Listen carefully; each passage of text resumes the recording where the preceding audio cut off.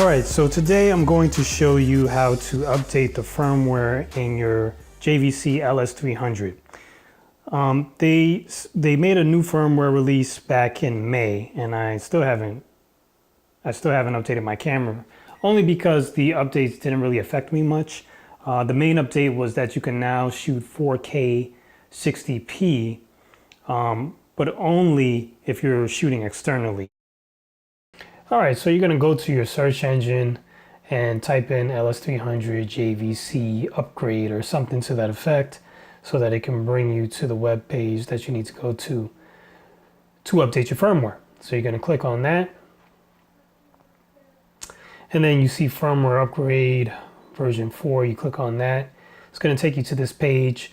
You gotta type in the version of your camera, and you're gonna find that in the main menu, system, and then system information all the way on the bottom. And then once you're in that screen on the top there, you'll see the version number. Type that in with the dash, and then you come to this page and you'll see here version 4, and it's going to show you the new features. So like I said, you got the 4K 60p, the 422 record in 4K, and then it shows you all the other improvements that were made through the other firmware additions. So I mean, if you haven't updated your firmware, you should, because there's a lot of different things that you're missing.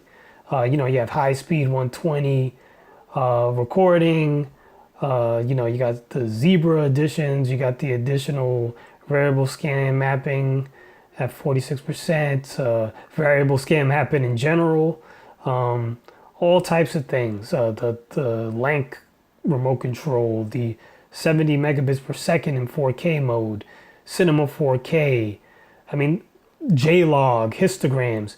I mean, it goes on and on and on. So if you haven't updated your firmware on the JVC, you better do so, because you're missing out on a lot of features. So just click I agree, and then you're going to be brought to this page where it's going to ask you your serial number and your address and all that stuff. I'm not going to fill this all out because I've already done it. But you fill all this stuff out, hit continue. It's going to take you to the download page. Download the firmware and copy it onto an empty SD card. But I think I would just format it in the computer if I was you, and then take the files that you download and just copy that directly onto the memory card, onto a blank memory card. The first thing it tells you to do, you're supposed to hold down the mode button and the Zebra button at the same time, and then switch the unit on. Also, you have to make sure that you have your battery in and AC power going to the camera at the same time. So then, as you can see, now you get that screen where it's telling you, it's telling me what firmware I have in the camera right now. So the camera has 0300 0143, and then it's telling me to insert my card into slot B. So on this card, I already copied the firmware. So I'm gonna go ahead and put this into slot B like it's telling me to do.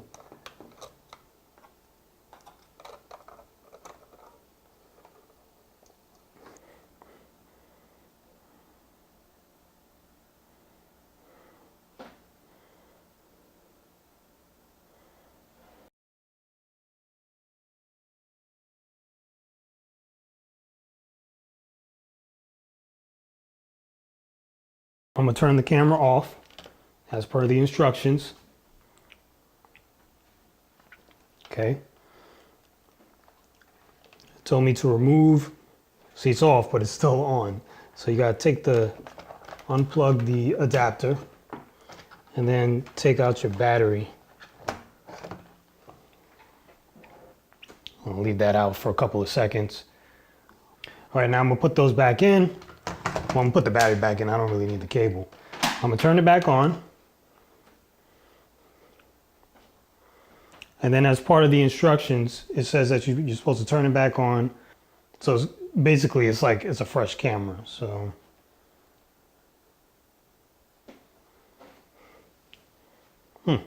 honestly, I didn't know it was gonna do this stuff.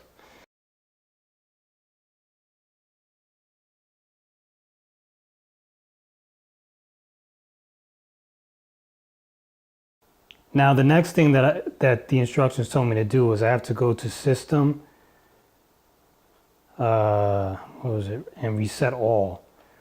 Now I kind of don't want to do that yet, only because there's profile settings in here and I don't want to lose them.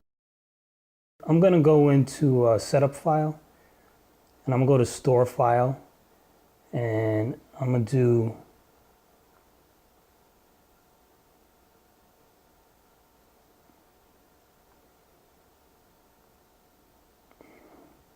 go to All File and just store a preset for myself so that I can just quickly reload it. And I think I'm going to save, whatever. It doesn't have to. Obviously, my name is not Mix. It's Mike, but I don't really feel like, no, let me delete it. Whatever.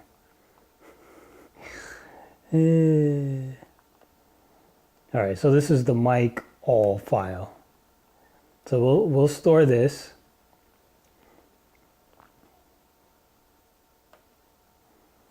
And now we're going to go back and we're going to go to Setup File, and we're going to store a picture file too.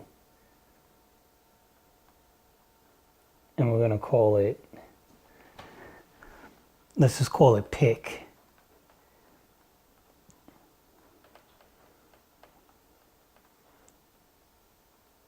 Just because I think what I want to do is save my picture file, but I'm not positive. So I'm just going to go ahead and make sure I save a copy of all of them, because I honestly don't know how they work exactly. So I'm going to store the picture file, the user file, and I'm going to call this one user.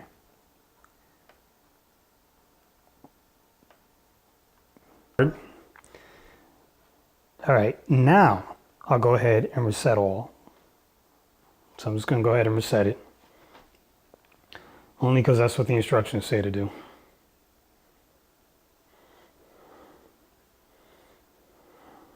Okay. Set this to English. All right, so now I can see that it reset some of my stuff here. It's got me recording 1080 in 60i, which I never shoot interlaced. So I'm gonna change that. I never shoot interlaced.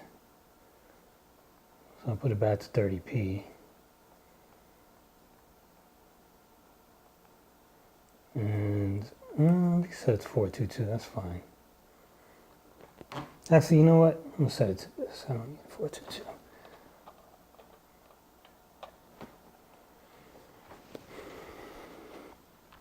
Now let's go into the, after this resets, let's go back to the picture profiles, or I should say camera, I think process it is. I think it's process. Yeah. Notice how I reset my detail back to 0. I think I had it set to like -5 or something. I don't remember what I had master black set to, but I know these were different. So these settings are a little bit different from what I had set before. The color gain was less. So what we'll do is we'll try to go into System, we'll go to Setup File, and we'll go to Load File, and let's just load all file. And let's see what happens when I do that.